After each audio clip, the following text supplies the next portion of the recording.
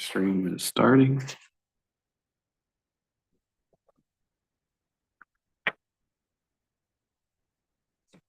All right, live stream has started. See it on my phone. Yep, should be good to go, Mr. Chairman. Good to go. Okay. Good evening, everyone. And welcome everyone to the March 26th, 2025 Planning and Zoning Commission meeting. Please stand and pledge allegiance to the flag. Pledge allegiance to the flag, United States of America, and to the republic for which it stands, one nation under God, indivisible, with liberty and justice for all.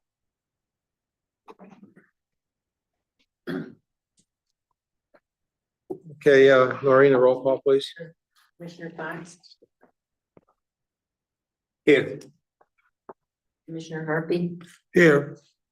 Commissioner Minor, He's on Zoom. Commissioner Nafis, Here. Commissioner Pascarelli, Here. Chairman Sobieski, Here. Commissioner Woods, Commissioner Hoffman, Here. Commissioner Wakami. She's absent. Okay. Did Steve on or no? He's not on, so you'll have to see. Okay, I'd like to have Commissioner Hoffman sit in for Commissioner Woods. I believe that's it. Okay. Approval of the agenda. Paul? No changes? Okay, thank you. Public participation, first round. Anyone wishing to speak on items not on the agenda, limited to 3 minutes. Please come up. Anybody online here? There are people online, but they do not have their hand raised, Mr. Chairman. Okay. We'll move on. Oh, and Commissioner Woods just joined. I'm sorry? And it's just Commissioner Woods, I just saw he just popped up and just Okay. joined. And Peter, all right, I'll reverse that. The Commissioner Woods is here and Peter will relinquish that seat. All right? Yeah, we'll see if he can, Yeah, he hasn't connected yet. There he goes. Okay, Okay. he should be on. just make sure, Commissioner Woods, can you hear us?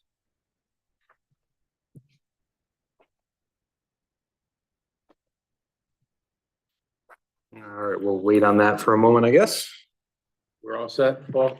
I said he hasn't responded yet, so we haven't heard him connect, but Okay. he's in the room right now. We'll go on then, Paul. Yes. Okay. I'd like to hear the zoning officer's report. I know we all have that. Is there any questions from the commission on the zoning officer's report? All right. Eric, I think you're doing a great job with the complaints and stuff like that, especially removing all the illegal signs. That's, all right. Well, thank you for that. No problem. Okay, next, remarks by commissioners. Any remarks by any of the commissioners here? Commissioner Minor, Commissioner Woods, you have any remarks? No remarks at this time. Thank you, Mr. Chair. Okay, we'll move to public hearing. Paul? So we have the procedures for the public hearing. Again, the order of the proceedings of the public hearing shall be convening by the chairperson, reading of the notice by the commission secretary or commissioner designated by the chairperson to act in their stead. We've kind of modified that. I've been reading it in and the commission, I don't think, has had an issue with that. C, presentation by the applicant, and then D, town planner report on the application. Next slide. Persons wishing to speak in favor of the applications, limited to 3 minutes per person. Persons wishing to speak in opposition to the application, 3 minutes, and then rebuttal by the applicant for 5 minutes total. But during a public hearing, it shall be within the discretion of the chairperson whether the time limitation should be varied slightly, provided the commission consent to any such variance by majority vote. Thank you. So, and then I will start now with, before the official calling of that specific hearing. So, Just a quick point of order, just Commissioner Woods dropped off again, so I would imagine Mr. Hoffman seated. until Peter, we're such gonna time. reseat you again. Sorry. No Yep. problem. until such time as, Yeah. but okay. So Newington Town Plan and Zoning Commission amended notice of public hearing, March 26, 2025 at 7 PM. Notice is hereby given that the Newington Town Plan and Zoning Commission will hold a public hearing in the council chambers, room 103 at Town Hall, 200 Garfield Street, Newington, Connecticut, on Wednesday, March 26, 2025, to consider the following petitions. TPZ 25-1, site plan approval and special permit, section 3.19.5 for a drive-through restaurant at 56 Costello Road in the PD Plan Development Zone. Applicant contacts Sammy Abernaza, owner Zin LLC. TPZ 25-4 zoning regulation text amendment to add section 6.9 alternative energy accessory structures AES. Applicant Newington TPZ, contact Paul Dixon. This public hearing will be a Zoom webinar hybrid meeting. Information on how to attend will be posted on the town website. Link follows. These petitions and related materials are available for public inspection at the town planner's office, town hall, room 204, and through the published agenda at the Town Planning and Zoning Commission Agenda Center. Link follows. Persons who require an accommodation to participate in this public hearing should contact the town planner at 860-665-8578 or town planner at newingtonct.gov, not less than 24 hours before the public hearing. Submitted, Paul Dixon, town planner. This ran in the rare reminder, March 13th and March 20th. And I can also report that the sign was up for 56 Costello Road. Okay. So first petition, petition A, you want Gia to read it or you want to read it, Paul? Yep, yeah, I think Jay can just read Okay. just the description for it. Okay, This so one, it's right on the screen too, right? okay, Petition, so this is a petition TPZ 25-1 site plan approval and special permit section 3.19.5 for a drive-through restaurant at 56 Costello Road in the PD Plan Development Zone. Applicant contact Sammy Abansara, owner Zin LLC. please state your name and address for the record. Good evening. Brian Panico with Cole Civil Survey here representing the applicant. So again, the site is located in. I'm going to put up your presentation slides you sent. Perfect. Site is located at 56 Costello Road. This 3.76 acre site. It's currently the Ashley Furniture Store. PD zoned. At front, it has frontage on both the Berlin Turnpike and Costello Road. It's currently a 40,764 square foot building. So this is the first page of the presentation slides, or is the first page of the package that I gave you guys as well, just so you can kind of follow that. The site is almost entirely paved. There is some grass area behind the existing building and to the south of the existing building, but aside from that, it's just a massive parking lot. This was the old bowling alley, and so with the original regulations and the original parking requirements for the bowling alley, this was the required parking. Ashley's Furniture Building took it over. Obviously, the parking lot stayed the same. We came before you a couple of months ago to change to add a line to the parking regulations to include indoor showrooms, which reduces the parking requirements and essentially allows us to kind of further use some of these sites on the Berlin Turnpike or in other locations in town that have these vast expanses of parking that are not used. So with that being said, the area of development for this site we're looking at is the southwest corner. If you want to go to the next slide. That area is about 1 acre. And of that 1 acre, 0.9 acres of it is impervious already. We're proposing a quick service restaurant with a drive-through and associated parking. Hours of operation for that facility will be Sunday to Thursday, 7 a.m. to 12 a.m. Friday and Saturday, 7 a.m. to 1 a.m. And the peak hours for all the days is basically from noon to 2 o'clock and then from 5 to 7 p.m. There will be seating inside of the restaurant as well as some seating outside in the restaurant in front of the building. There's a small patio. We have a couple of tables with some chairs and also the ADA accessible locations on those as well.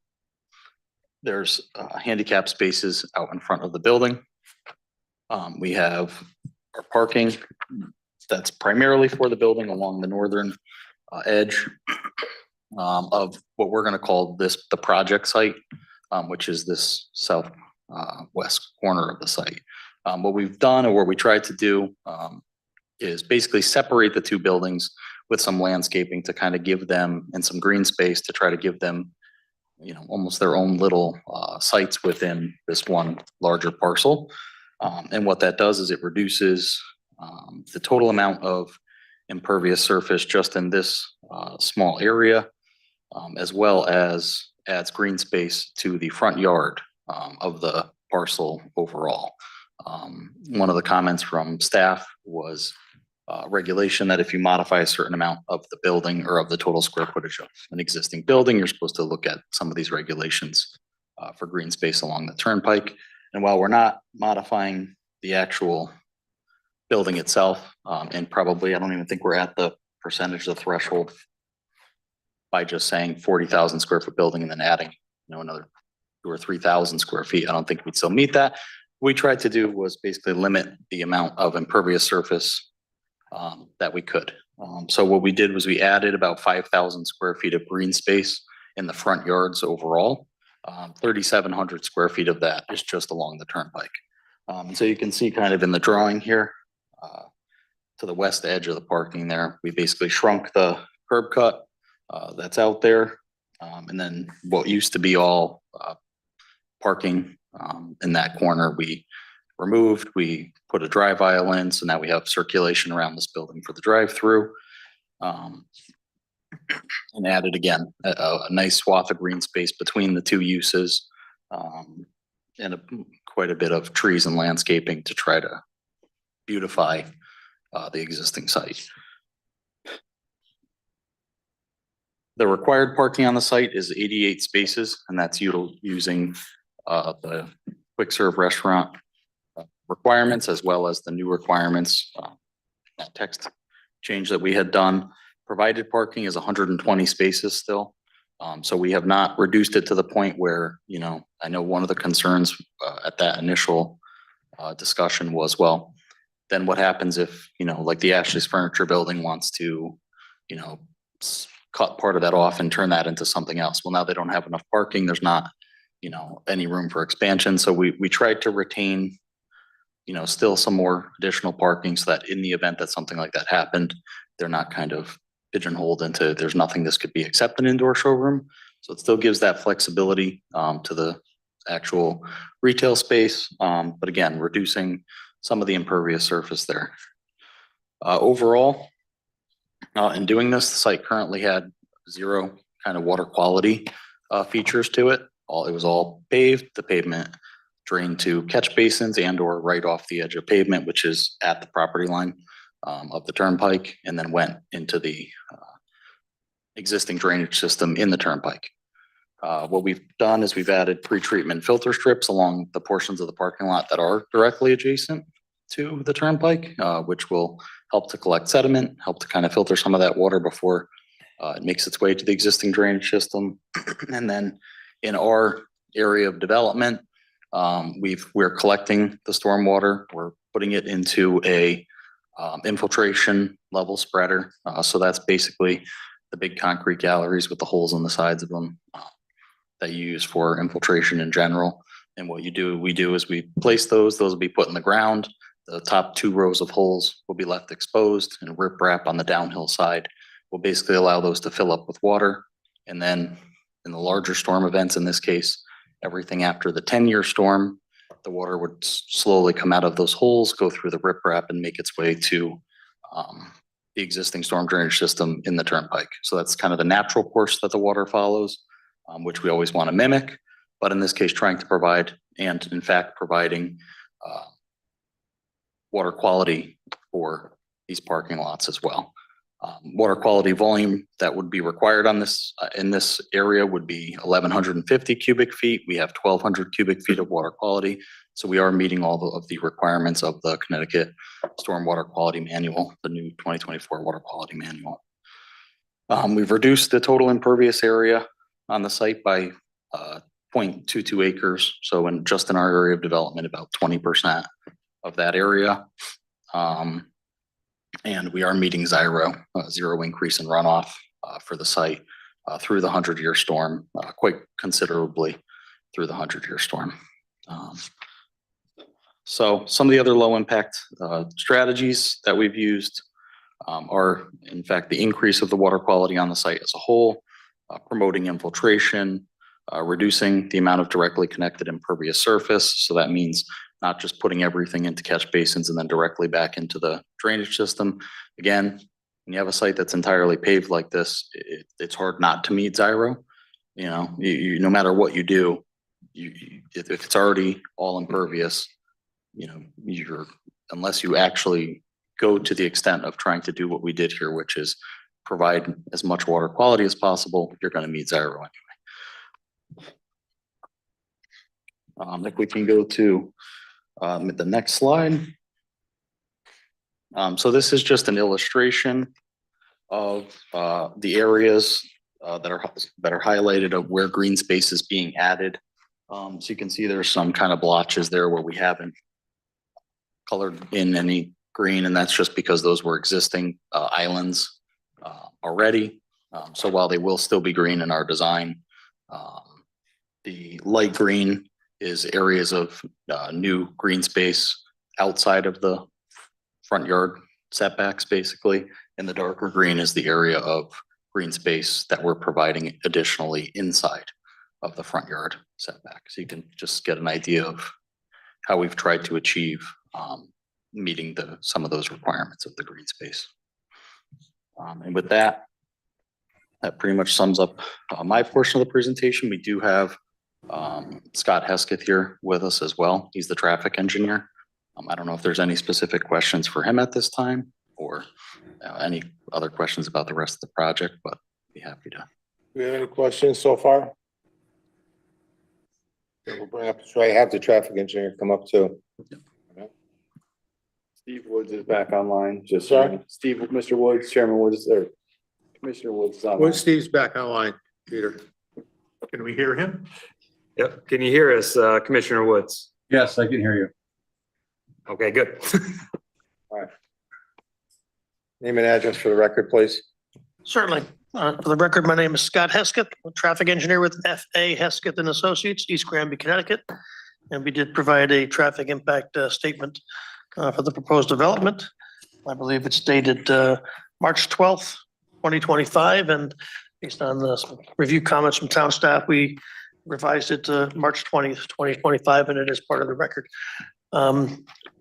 Short and sweet, we're proposing a fast food restaurant in this location. Based on the size of the development and the background traffic volumes on the turnpike, we're anticipating that the development's going to generate, the restaurant itself will generate, if it was open during the breakfast hours, it would generate about 98 peak hour trips. We're looking at about 73 peak hour trips during the afternoon, evening, dinner time peak hour, and 122 trips during the Saturday peak hour. I know it's a taco restaurant, so it might not be open during the mornings, but in 3 or 5 years, if somebody else should come in for some reason or another, that's why we gave you the morning information as well. In terms of the background traffic volumes for this report, we obtained the traffic impact report, which this commission had reviewed for 3333 Berlin Turnpike. Been recently approved and is currently under construction. I'm not sure if they're occupying it or not yet, but we use that as the background traffic for this development. And we looked at the capacity of the intersection of the Berlin Turnpike and Costello Road.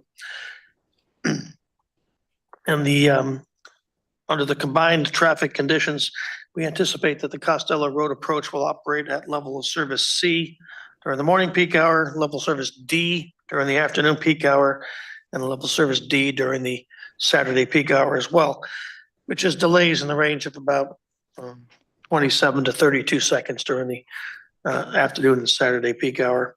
The southbound left on the turnpike into Costello Road is going to operate at level service E during the afternoon peak hour and level service F during the Saturday peak hour.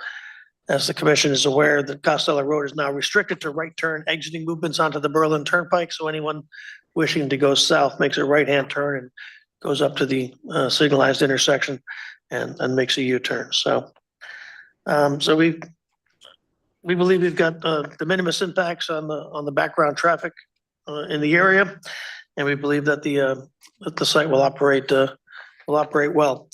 As you've seen on the site plan, we're proposing a drive-through window, and there's room for storage of 12 vehicles along the curb line.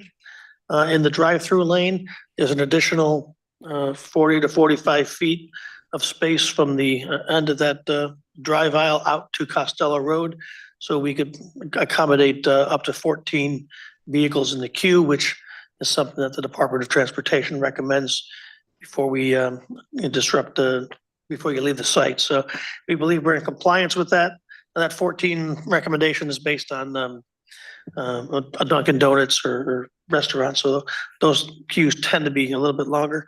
Our experience is that 12 vehicles is typically the max. People seeing a queue of more than 10 vehicles typically will go inside to order. They expect it'll be faster if they do so. So we believe that there's plenty of parking on site for the proposed development, and based on the projected traffic volumes and background traffic, we believe the intersections will operate efficiently. If there's any specific questions, I'll be happy to address them.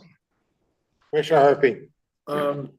Have you responded to the DOT's request that you filed for an encroachment permit, or is that something? I don't believe we've just applied for one as of yet. I know there's been conversations with the DOT so that they're aware of the project, but we have not made an application. Typically, the encroachment permit portion of it is done at the time of construction. So once, for example, if this commission were to approve the project and then they were getting ready to start construction, then they would go apply for their encroachment permits. And everything DOT, both DOT and MDC have both reviewed this application and approved it. And obviously then, once they've made that approval, then the only requirement after that is to do the encroachment permits. So you'd be filing for that? Following an upon approval application. From here, if we get that. Correct. There's another store that opened. I don't think you would have ingested it on your report.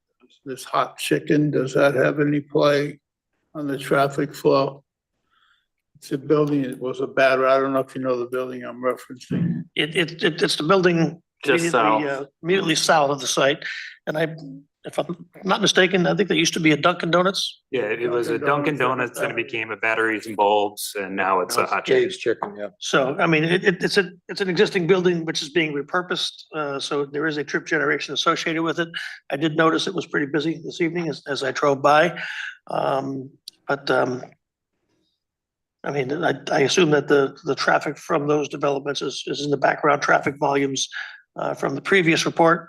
It might be a little higher currently because it's a relatively new facility and probably pretty hot. But you don't feel it would interfere or make you reevaluate any of your accounts? I don't think it would have a significant difference. The traffic volumes on the Berlin Turnpike are pretty high, so a fluctuation of a handful of vehicles here and there shouldn't make a significant difference. So you don't feel the state would take that into its calculation when you fill out the encroachment permit? I don't Have any believe, play on that? I don't believe that'll be an issue. Thank you. All set, Commissioner Harpy? Yes, thank you. Anybody else have any questions? I have one. I was always under the assumption, and when I worked for the department, this was the policy, that everything had to go to OSTA. Now I see you sent this to District 1 Maintenance, District 1 Traffic Engineering. Is that policy changed? Well, OSTA has jurisdiction over developments in excess of 100,000 square feet or 200 parking spaces. And this development would not satisfy either of those criteria. So Okay. it's an encroachment permit application. Now, we don't even have access to a state highway. So the encroachment permit review is typically for any work to be done inside of the right of way of the DOT. So if we had any access or if we had to do any work within the DOT right of way, we would need their permission. However, they do like to review changes in use and additional use that adds traffic to the state highway. So we will be submitting through them. Yeah, my other concern is this driveway that's close to the Berlin Turnpike that you're proposing. I'm worried about a traffic stacking issue there. People trying to get in and out, and I'm worried about them stacking up on Costello Road and stacking into the turnpike. I seem to remember that there was a traffic engineering study done when Starbucks was put in. They told us not to worry about it. Well, I go by Starbucks periodically. It's down Ira-Cohen Way and half on Fenn Road. So I'm just concerned with that driveway there. Yeah, the traffic volumes exiting Costello Road during peak hours are in the range of 50 to 85 vehicles, which is 1 to 2 vehicles a minute on average. So the queues at that location are probably 2, maybe 3 vehicles. I think the driveway is located more than 2 vehicles away, so we should have ease of access into the site. If there was 3 or 4 vehicles, there's always the second driveway access, which people entering can make use of. So there is that safety valve for that. Paul, I'm just concerned with that. I'm gonna, as a town engineer, Paul, as a town engineer, review these plans. Yep, so I can say that, and this is a caveat too, that in talking with the applicant and the applicant's engineer, that we would actually be requesting this to just be continued to the next meeting, because we did receive the updated traffic report on the 20th when I returned, and an updated plan, and we haven't had the staff time to complete review of that. Again, the goal tonight is to get the applicant in front of you, get a lot of questions out so they could be addressed along with staff questions. The town engineer has reviewed at least the plans, and we'll be re-reviewing that traffic impact statement. And as far as kind of staff questions, and he has actually asked the same thing, that it be continued to the next meeting so he has a chance to review the plans. He does have some of the similar concerns regarding that exit, and even our conversations, and I believe it's definitely in the staff report, that one of the ones is the questions of, does that need to be an exit only, or is it sufficient? And that's, if you'll indulge me, one of my comments is that I had in there to have for the commission's consideration is, our regulations, the way they are in the PD zone, just say drive-through restaurants. So we have to default back to the special permit regulations. There's no specifics under drive-through restaurants. And my question for the commission is, normally when I request a traffic analysis, especially for queuing, it would have some information about the restaurant. Dunkin' did this when they came in for the newer one in the town center, where you had average service times, so you could really know, because every drive-through is a little different. I do have some information after the applicant's done, just kind of talk about relative to the amount of drive-throughs that are in Newington and what they kind of have and kind of don't have. But the question is, does the commission want to see more information? Because right now it just gives you the amount of cars, and it does say yes, the professional traffic engineer has stated that it should work on site, but we have asked typically for kind of that little extra analysis of, here's the use, here's their typical ticket times, here's the amount normally going through. And I've talked with the owner of the property, and I believe he can speak to, but he might be able to have that information from Taco John's, which would help provide more foundation to that concept of, does the amount of queuing work for this restaurant? Mr. Chairman, The other thing is, the fire marshal or the fire department weighed in on this to see about the radiuses for. Yes, so apparatus. both the fire marshal and the fire chief have reviewed the plan, and they are both satisfied with the radius. The fire chief did comment with the same concern, just with the corner. It's a matter of, if someone's responding to a fire in that one, if this building was on fire, people should move out of the way. If they needed to move down Costello, that's a different type of thing. But, they had kind of that same just general question. And I think that's just how much foundational information the TPZ has that you are comfortable with the amount of queuing. Mr. Chairman, if I might, Yes, Commissioner Arpey. have we had a chance to do an analysis of Costello Road? Because that doesn't seem that busy, at least during the day. I don't know what they do at night when they ship stuff up there, but I don't see that as an inhibitant in terms of the traffic situation, that it would give us any new information or anything to be concerned about. My observation, just a personal observation. And the other thing, we have Chick-fil-A has a drive up, and then Taco Bell, what's that, off of Payne Road, or what road is that? Yeah, Taco Bell, Taco Bell's in Berlin, technically, but yes. Berlin. That's wrong. But I haven't heard of any problems with getting in and out of there over all the years I've been there, so I just don't see this as an anomaly, what they're requesting, I guess, is what I'm saying. But, thank you. I don't know if you want to bring up the other presentation, because if now would be a good time, under the applicant, whether you have more to add or more questions, I could show you kind Any of more those. questions for the commission? Did you have an opportunity to look at what they've done or what they're offering to do to get out of the non-conforming situation in terms of green areas? Yep, so, Are you yeah, happy I said, with if you would like, I can actually go in kind of my, staff report, right now and talk about, so that's actually a consideration, for the commission. I reviewed it with the town engineer.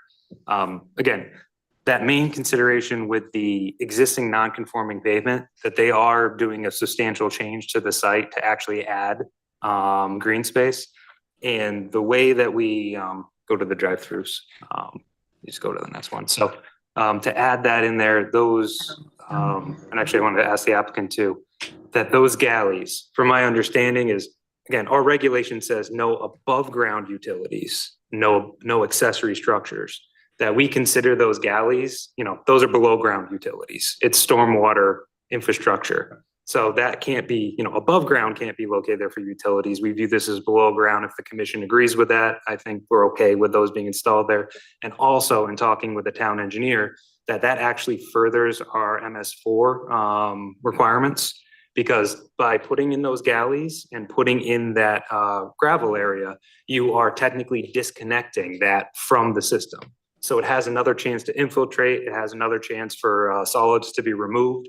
So overall, this does advance our MS4 goals for the town.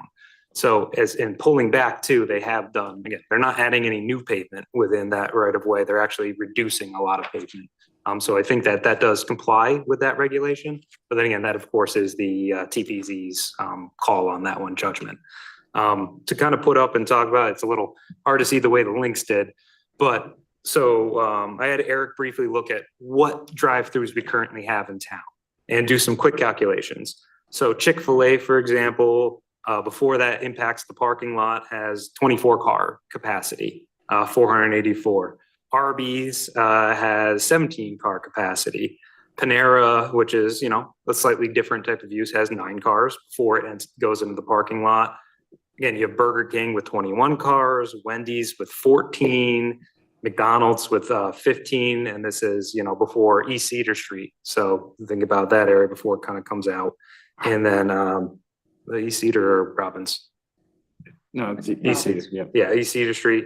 And then we have the Dunkins, which have, respectively on southbound 15 cars, on northbound 19 cars, 18 cars on Cedar Street. The one in the town center has 19 cars before the queuing goes into the municipal lot.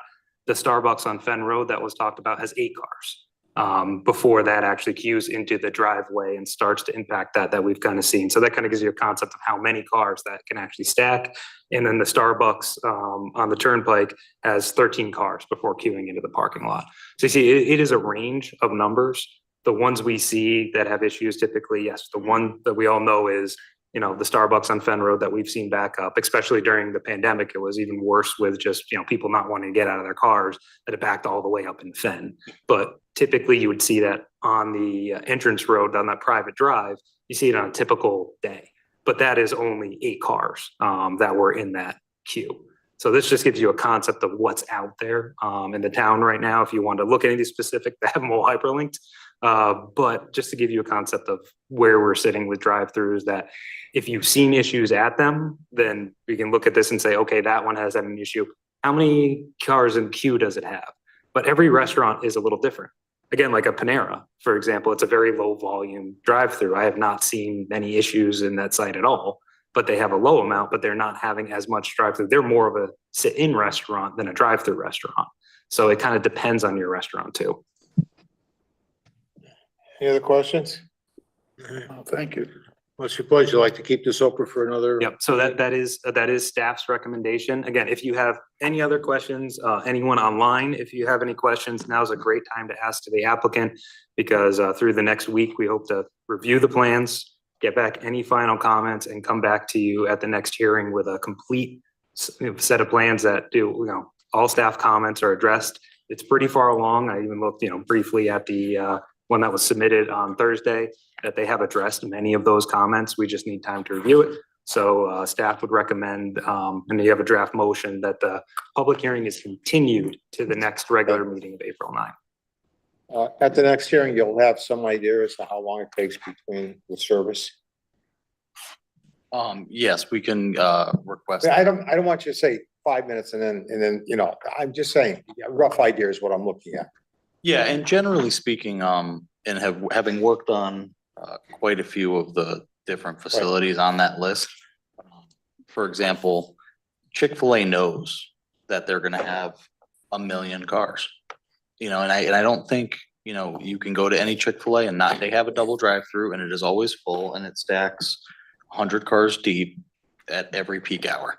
And same with Dunkin' and same with Starbucks and working on those projects. Almost every one of these companies, they specifically know what they need and what they want. And if a site can't accommodate it, they won't lease to that. They won't lease on that site and they won't explore that opportunity. Taco John's has reviewed these plans. They have gone through in depth with the applicant on these and they're very comfortable with it. We can certainly try to get you some of those times. We can get you, during their peak hour. This is the approximate amount of meals served. This is the amount of time through, each meal served and kind of calculate that out to say, we expect the queue to be, this number of cars on average. And obviously, like you said, there could always be an anomaly in that one day, but I on just average. want some general idea, that's all. That's all I'm Absolutely. looking for. Like, I know when we did Dunkin' Donuts, they said, I can't remember, a minute or something like that, maybe? Yeah, or even less, yeah. Yeah. Between the time they hit the ordering board or whatever the heck you call it, and by the time they went over, paid for it and got their coffee. So that's what I was kind of looking at. Not to give you a hard time, but I just want to cover all the bases. Understood. Okay, we'll have Gia read the draft motion. Yep. Okay. Gia.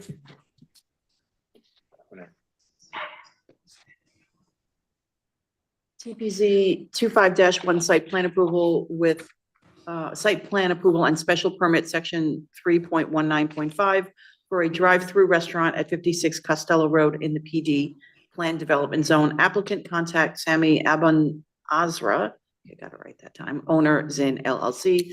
Move to continue the public hearing for application TPZ 25-1 to the April 9, 2025 meeting. Second, Is there a second? second from Fox. All right, any discussion? Hearing none. All in favor? Aye. Opposed? All right, we'll continue this. All right. Thank Thank you very you. much. We'll be done. Thanks so much. All right. Next one is TPZ item B. Want me to read this or you want to read I it? can read it. Okay. Item B, petition TPZ 25-4, zoning regulation text amendment to add section 6.9, alternative energy accessory structures. Application Newington TPZ, contact Paul Dixon. Okay, I will read in the application, but first I'd just like to take care of a couple housekeeping items. So if you go to the next one. So for the first, of course, this is with your planning hat on, not the zoning commission hat on. So with the planning commission hat on, again, when looking at a zoning regulation, you have to look at, compliance with the OCD. Again, a separate 824 referral is not required because you are acting as both agencies at the same time. But for consideration of the POCD, again, as far as alternate energy, batteries, this is an item that's so narrow that is not typically dealt with in a POCD. However, there is one area of the POCD that does talk about sustainability and resiliency strategies. And this could very well fall under, again, continue efforts to basically identify, redundant energy supply and off-grid generation, including generators and fuel cells. So while the POCD is not as explicit to talk about battery energy storage and alternate energy as site-by-site basis, it does encourage that we identify and promote or work with these type of off-grid generation or redundant energy supplies, which a battery energy storage solution does provide. The second item is we did receive the referral back from the Capital Region Council of Governments, and that they found that there was no apparent conflict with regional plans and policies or concerns of neighboring towns. Again, this is a referral that is guidance. It doesn't say whether you can or can't approve. However, they found no conflict, which is their typical finding when there are no issues with those regional plans. So from there, what I'm going to do for the record Bring it up. You taking it? Yep. And it should be in order better, but.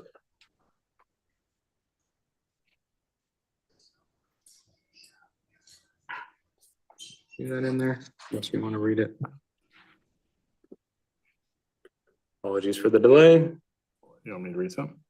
Oh, I'm in the wrong folder.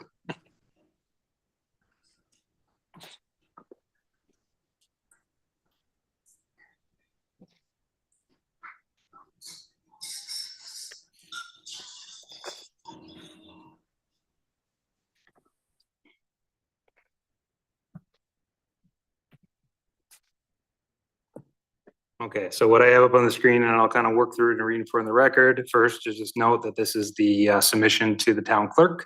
Well over 10 days, 19 days ago, because the 10-day requirement to post it in the clerk's office so it was submitted per the deadline. So the regulation itself is in a vacant section 6.9 of the zoning regulations. We looked into it to make sure that we weren't causing any issues by putting it in there. It was actually previously where commercial vehicle parking was, I believe on residences, and that got moved to a separate section. So this is just a reserved section of the zoning regulations. So the only current change to 6.9 is striking reserved, and then everything else is added. So again, this is alternative energy accessory structures. The purpose of this regulation is to provide for the placement of alternative energy structures, which are accessory to the primary use of a parcel. When located in a manner which is safe, efficient, and environmentally responsible, these installations can help to support local energy needs and increase grid reliability in a manner which does not disrupt adjacent properties. Applicability. In addition to any relevant portion of the Connecticut general statutes as they be amended, the provisions of this section shall apply to any alternative energy source installed or modified within the town with a total generation or capacity of up to 1 megawatt. The relevant portions of section 3, zone use regulation, shall be consulted for any alternative energy structure which is proposed as a primary use. Permit required, no AES shall be constructed, located, or modified unless a zoning permit has been obtained in accordance with section 7.2. Definitions, battery energy storage system, BESS, a system consisting of batteries, electric components, and associated equipment designed to store electrical energy for use at a later time. And then battery energy storage system, that's 6.9.5. So the location, so these are the requirements, shall only be permitted on property located within the industrial, business Berlin Turnpike, and PD development zones. Shall be located within a side or rear yard only. Shall not be located closer to the front property or street line than the principal building. Shall not be located within 50 feet from the side or rear property lines. Shall not be located within 100 feet from a property containing a single, two-family, or multifamily residential use. Auxiliary equipment, including required transformers, may be located closer than 50 feet to a property line, but shall not be located in the required yards and shall be suitably screened from public view. Item B, height and size. The maximum height of a BESS, including any supporting structures, shall not exceed 15 feet. 2, the maximum system footprint, excluding the enclosure area between the required fence and the system, shall not exceed 300 square feet. C, security and screening. 1, shall be suitably screened from public view using landscaping or opaque fence or wall. Shall be enclosed with a fence of not less than 7 feet in height.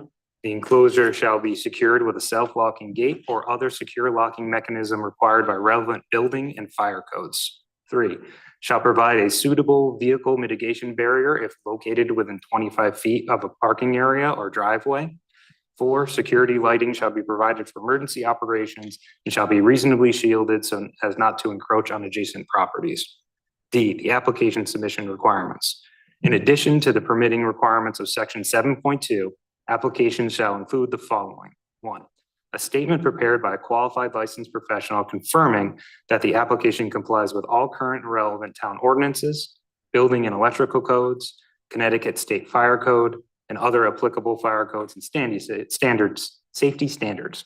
This includes, but is not limited to, compliance with NFPA standards and relevant industry regulations, And then item 2, a plot plan in compliance with the design standard requirements of section 7.4. So that is the proposed regulation that's in front of you. We've kind of talked about this multiple meetings in time. And just as a refresher, that at a previous meeting as written up in the staff report, I believe that was in January or February early, that when we talked about it, it was okay to be kind of an administrative approval. As Eric and I went back and looked at this and we're considering other sites that could go on, that without requirements in place to kind of, again, protect those sensitive users. 100 feet from any residence, that's the same way we treat automotive. When you're considering for safety, for anything like that, that makes sure that these are not located close enough to those structures, again, to propose that immediate risk to them. 50 feet from any property line, again, protection of other properties around it. At least 50 feet away provides a significant break between this system and the adjacent property, which again, is likely not to be located right on the property line and have their own setbacks. But even if they were right on the property line as pre-existing, you'd have at least 50 feet, which is more than any of our typical setbacks for even, a building on a site. So that's kind of what I've kind of put forward. Again, we can switch back to the presentation. And I put in a couple items on that kind of as we think, yes, I put them in there. So at the last meeting before, when I said I was going to put this forward, the question regarding decommissioning was asked. I did look into decommissioning. It's kind of an item where there's not a necessarily strong case regarding it in the zoning regulations. However, it's those phrases like lack of use, cessation of use, get complicated when it comes to zoning. It is difficult to define lack of use, knowing exactly when something is not used, not connected, unless you saw a physical permit for the disconnected and then paid attention to how much time and looking on that one. Ultimately, it is in the property owner's interest to remove these. However, if this is something that you are looking to, I did talk with the applicant who's looking to put one of these in as an accessory structure and did let them know that this, the commission would like to discuss decommissioning. So I've kind of put up an example here. It's very long. I'll kind of just paraphrase some of it. This one is Brookhaven. These are all come out of New York. It's actually kind of a theme of this whole process we've been going through, that the only nearby area that actually has that is New York State, and the regulation and the actual towns that all have their own independent regulations. They have a different code system than us. They have a very specific uniform code for the state that's always referenced. We have a slightly different selection of, building code is building code, fire code, and they get updated respectively by state fire marshal, state building official. And that has to go through a process where, that is a process in New York. Theirs is just slightly different and they have more one unified code.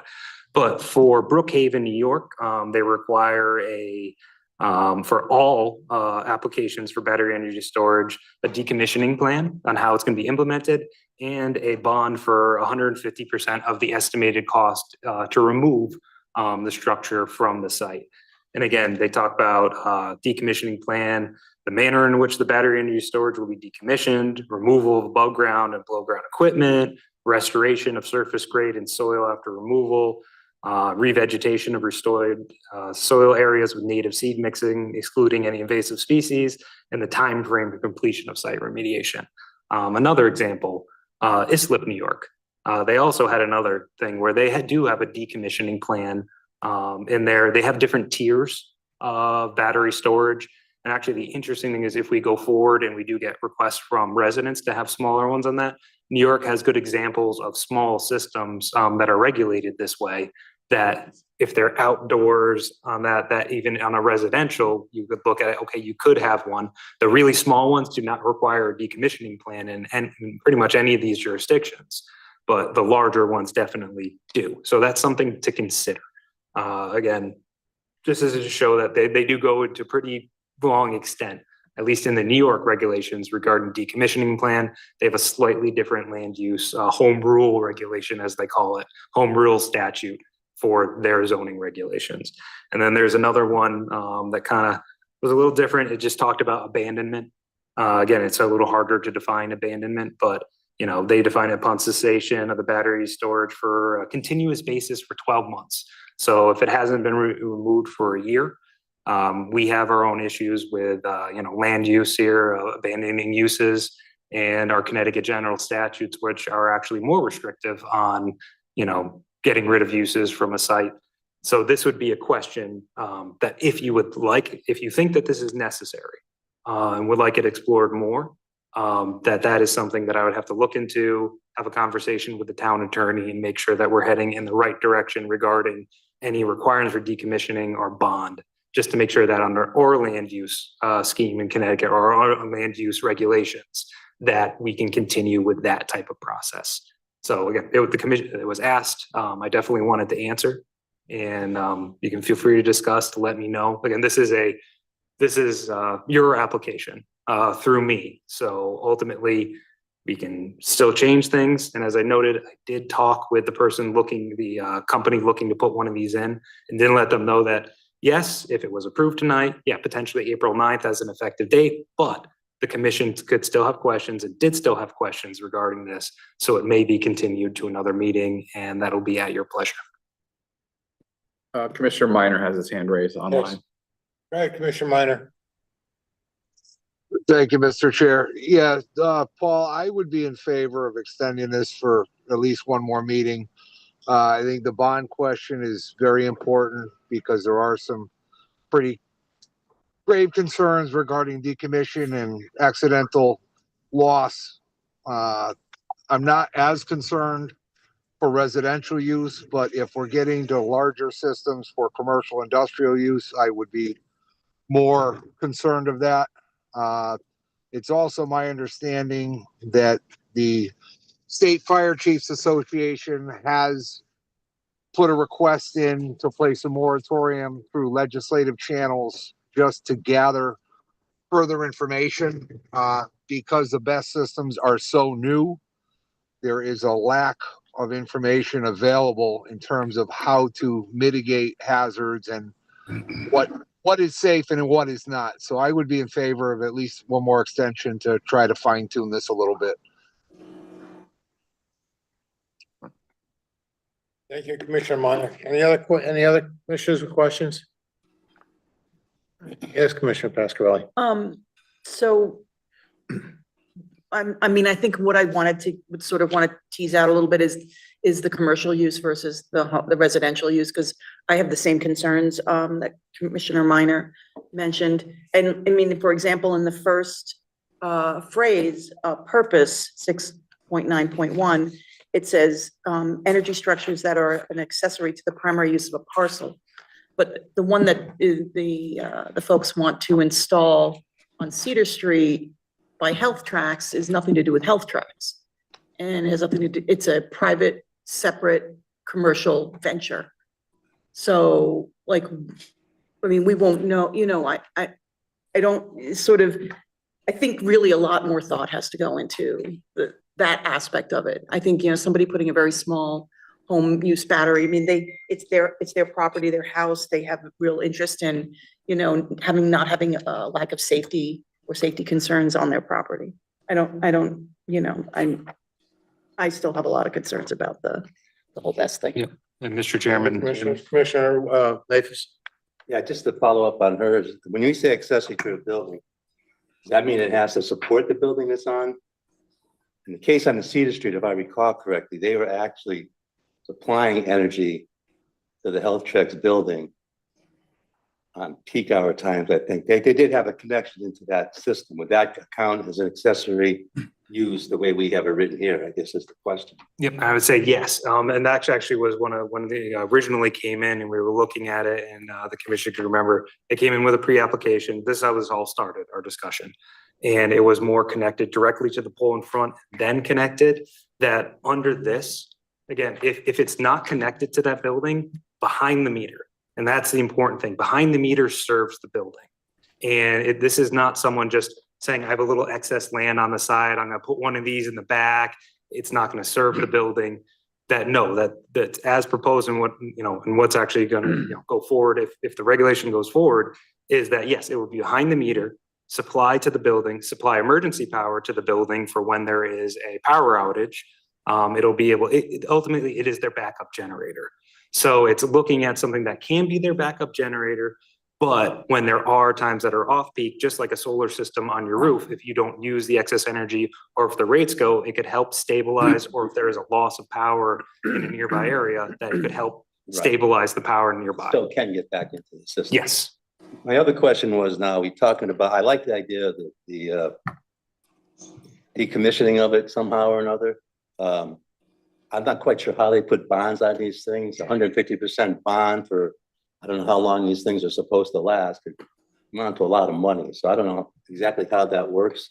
I'd like to see how that works before actually, say anything about that kind of a regulation. Yep, and I would actually say that that's actually a good discussion point on that. So whether it's, again, the bond issue it's always a tricky issue. Because again, Connecticut general statutes is a little tighter on bonds potentially compared to New York. I don't know New York law. I'm not an expert on New York land use. I'm sure a lot of people there aren't experts in, on New York land use in current areas, but for Connecticut land use, it's a little different on bonds. It's public improvement. There are some items of this we'd have to check.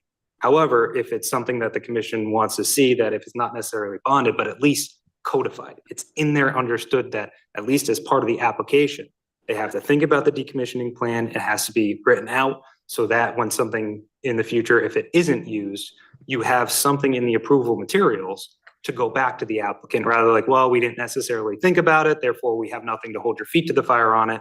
No, you're in violation of your permit, and then we can proceed you through, land use enforcement. So that could be a thought too, that if we don't go forward with a thing like bond, which can get a little trickier, you at least make sure that they have a plan in place that has been thoroughly thought through and understood, the life cycle of the system. So it's in our records. We understand when the life cycle should be up. It can be flagged, notified. So again, because I know that has been a question in the town too, and a lot of towns, is where are all the batteries? Now I think things are getting more regulated, but when this is interior and homes, something separate than this, but when Tesla Powerwalls first came out, people installed them under a building permit, but not everyone knew exactly where they were. And there's more requirements now. Now there's plenty of requirements for signage. It's on all the meters, it's out there. So it lets the first responders know, oh, okay, yeah, just turning off the power on the outside of this isn't going to do it. I have an energized source inside the building I have to deal with. So things have been progressed in that nature, but yes, having it clearly identified might be a good idea, even without the bond, just to make sure that it's understood what the plan is, the life cycle, and the plan of removal. Mr. Chairman? Yes, Commissioner I know in California, you have to post a surety bond, and the insurance companies there provide a special package of insurance. I don't know if the Connecticut company, well, they're all multinationals, most of them, so they may be able to give us some guidance on that.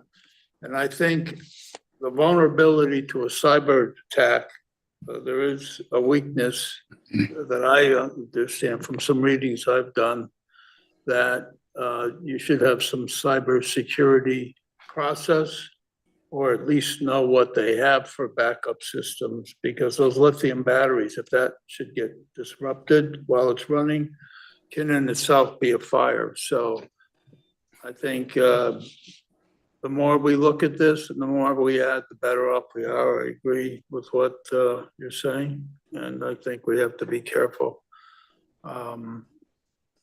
without, and remaining neutral. But I mean, there are a lot of issues here in terms of public safety, health and safety.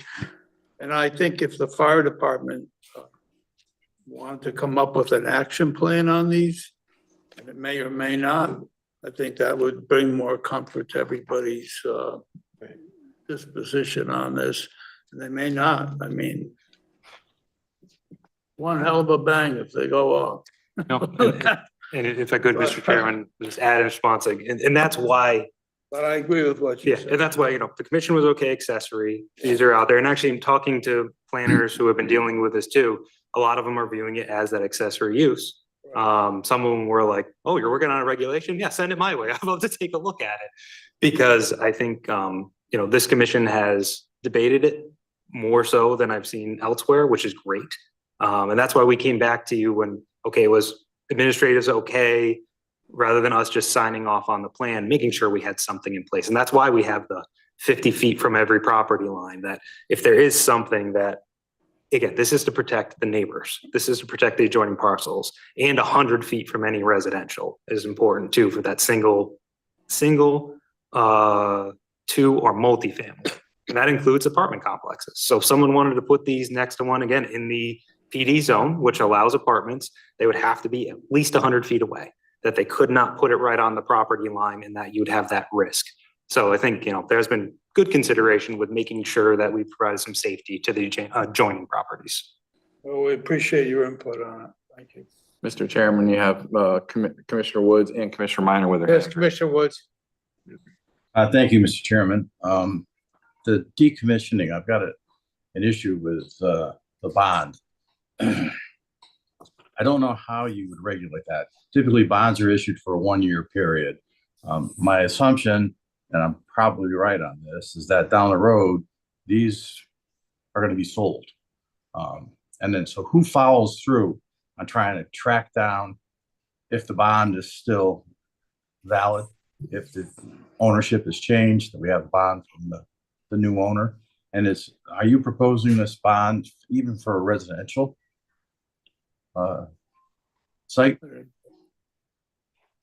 Yep, so I'd like to add, so again, the bond, I haven't proposed language on it yet. It was a question that was asked at the last meeting, and I wanted to provide you the information, at least of what I've seen.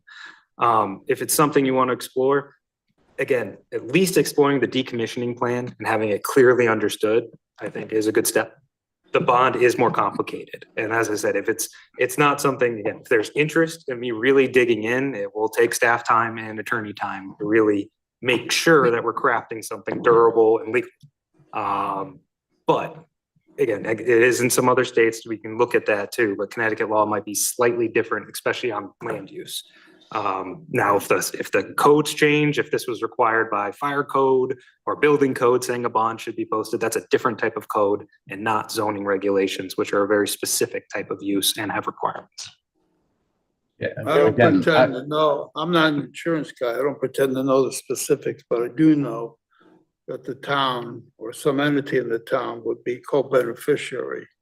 And that would be your automatic, timing of what's going on with the bond. And I'm not advocating for business for the insurance company. All I'm saying is it's something they've been successful with out on the West Coast.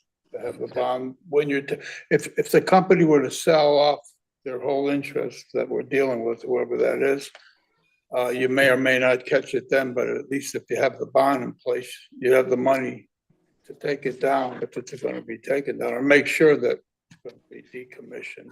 Yep, and That's these, what you're I referring think to. Commissioner Woods, Yes, Commissioner Woods. yeah, I kind of got cut off there.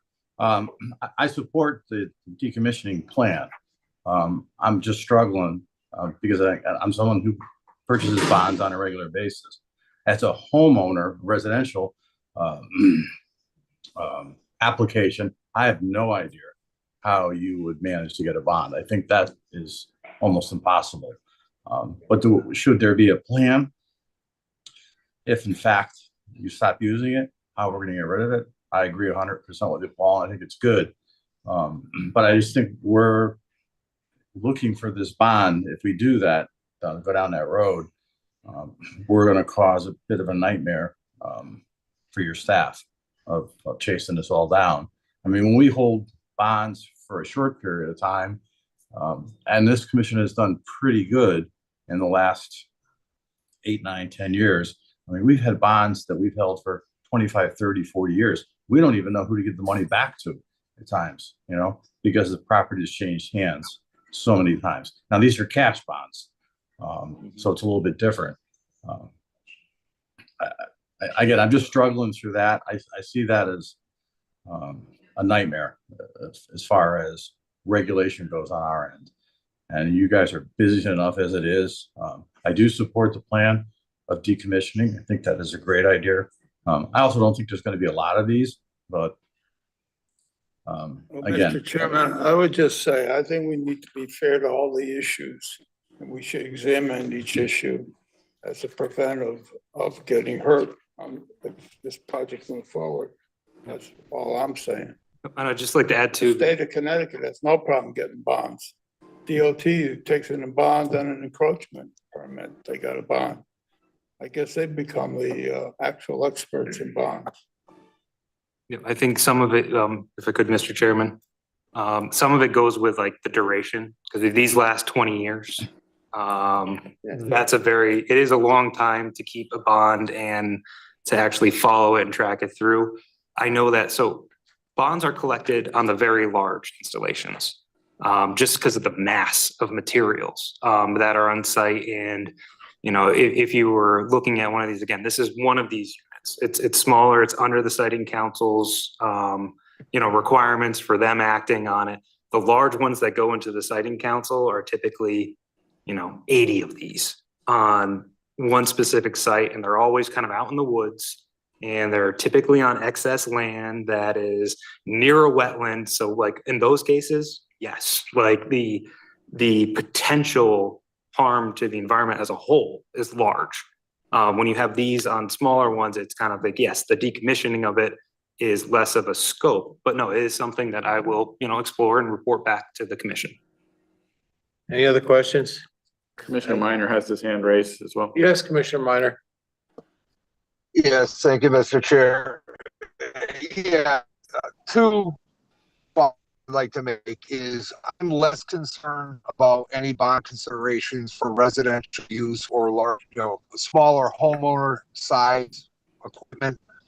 My concern is systems, which may or may not be potentially under the siting council.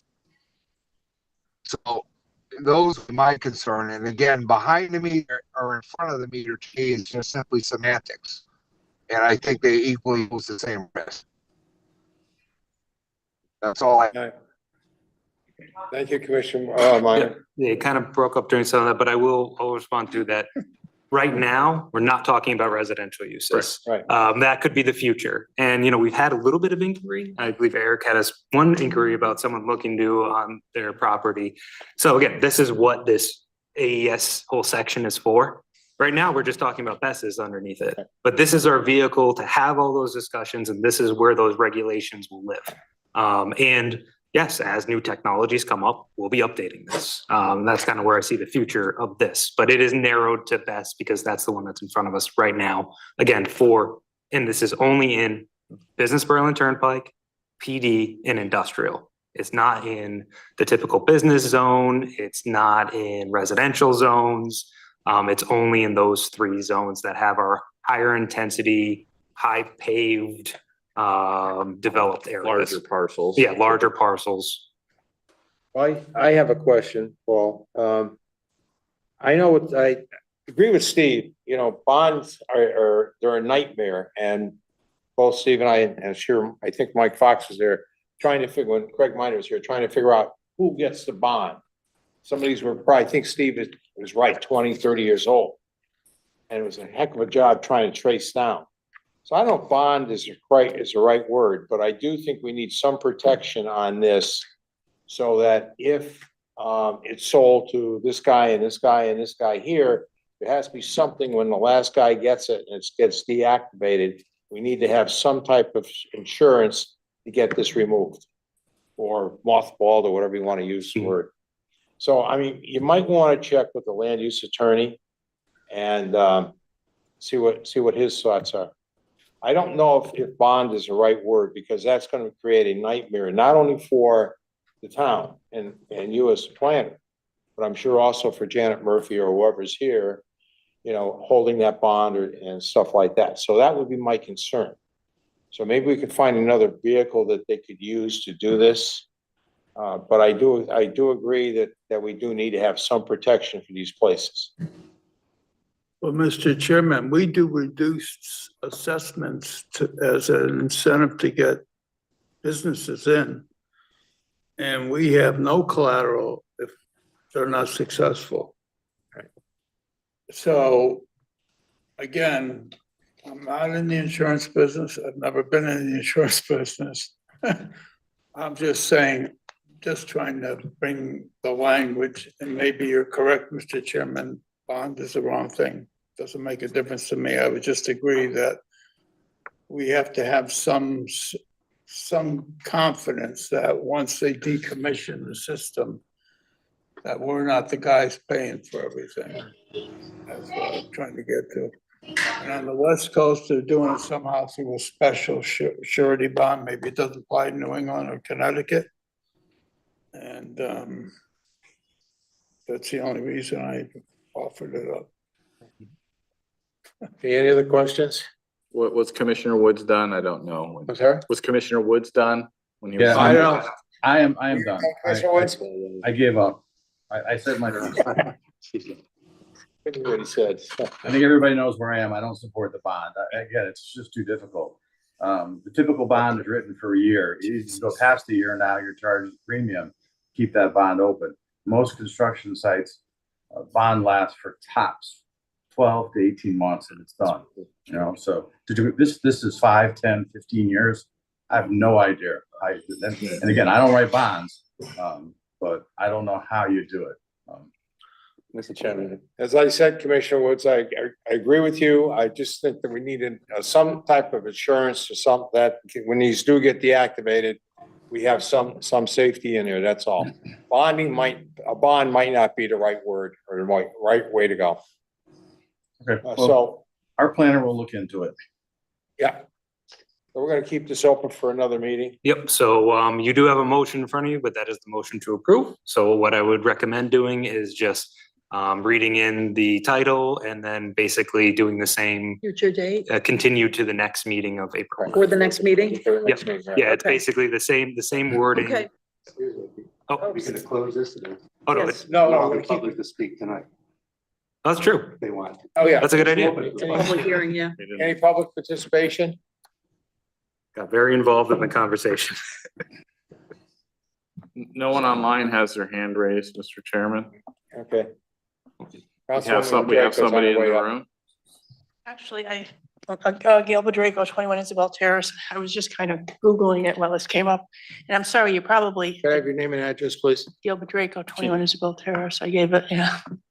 And maybe you discussed it before, I don't know. But I was just looking to try and find out about the decommissioning and whatever. And, but what came up a lot was noise issues. I mean, is that, you know, the larger ones generate a lot of noise and from several different articles, you know, on the internet. And I don't know if you're considering that or soundproofing or, because even if it's far enough from residential, whatever, I know, even if you work in an office building, if, you know, something, you know, the next building or the next lot over goes on, you know, all day or all night, or when it goes on, it's disruptive to the commercial sites as well. So I was just wondering whether that was addressed at all. Thank you. Thank you. So I can let the commission know that. So that is why, if you see that again in the regulation, that long statement, compliance, all that stuff, the first one is town ordinances. And I have made it clear to the future applicant, and I'll make it clear to anyone that that does include the noise ordinance. So that will be part of the regulation. If the commission wants me to more, the section got really long. I tried to make it a little more concise, but if you want to add, you know, town noise ordinance, including but not town ordinances, including but not limited to the noise ordinance, I can do so. But that is in there compliance with town ordinances. So that's covered, basically. Yes. Yeah. Okay. Okay, any other questions, comments? Okay. All right, Joel. Okay.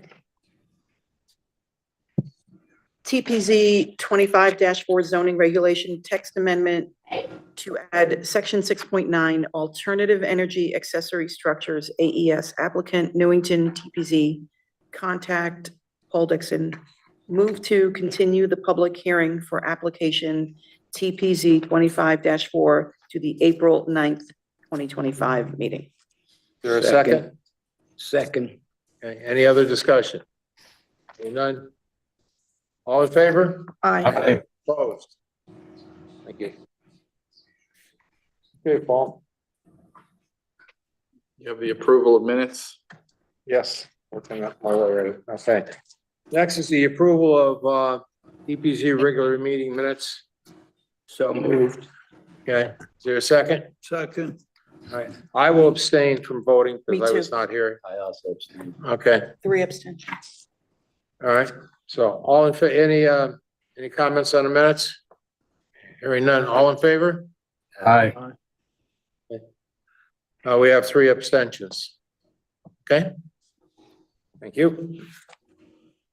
Next is new business, Paul. So actually, both the public hearings have been continued, so both items are moot. So we Okay, can move on. any old business?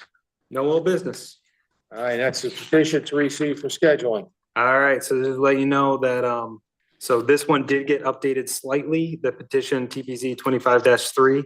It before had the 196 to 206 Skits Lane. There's actually 2 different parcels. This thing kind of expands both, so, but the public hearing notice has been put in. Again, this is the buffet at 196 Skits Lane, AKA 196 206, but it's also 192 to, what is it? 162 to 192. 162 to 192. Again, it's a shared plaza, but that's the buffet. So we put the public hearing notice out for that. So that should be at the next meeting as well.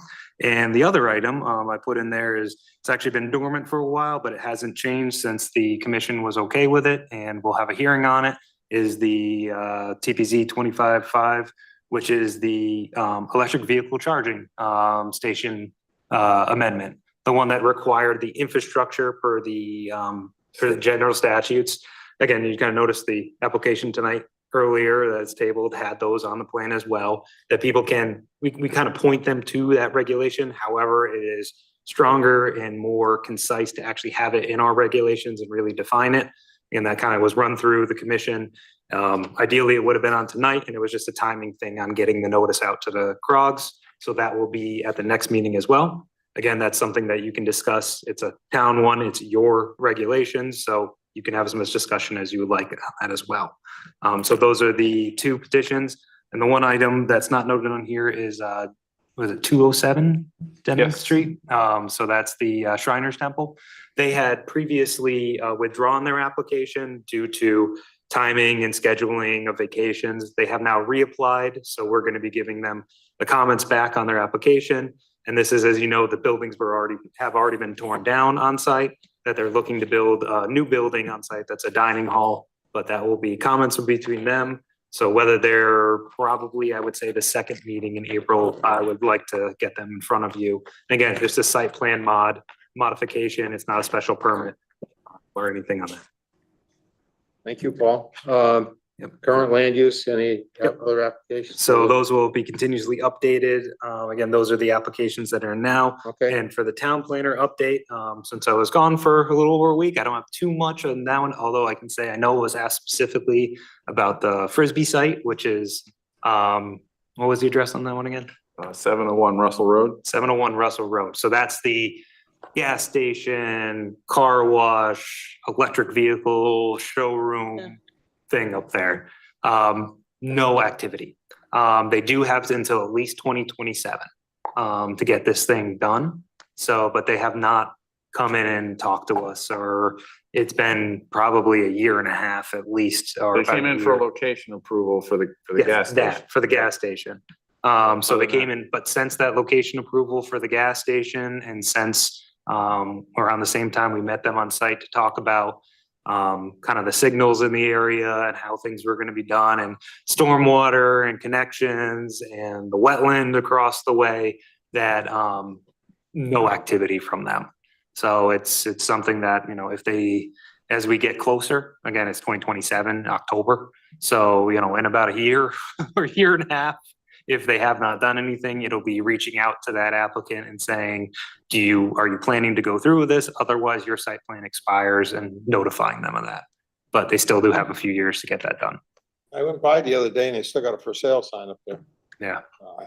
Okay, Yep. And the only other things I can report on, so before the March 8th, we had the design charrette for the town center. Yep, that was well attended. I think it went great. And hopefully, I'm shooting to the end of this week. We've been working on the online version of it that has a lot of the same questions and trying to get a broader input. Again, people who came did a great job working through the maps. I think it was a good exercise that got people really working together in good discussions. But for those who could not attend, and for those who, don't have the time or family, to come here at a, an early morning on a weekend, that this will be an opportunity for them as well, because we want to get as wide of input as possible. And my goal is to have it done either live by the end of this week or the beginning of next week. So I'm going to be progressing forward on that. And we are progressing with the contract. We got at least the draft contract from the state for the historic resource inventory.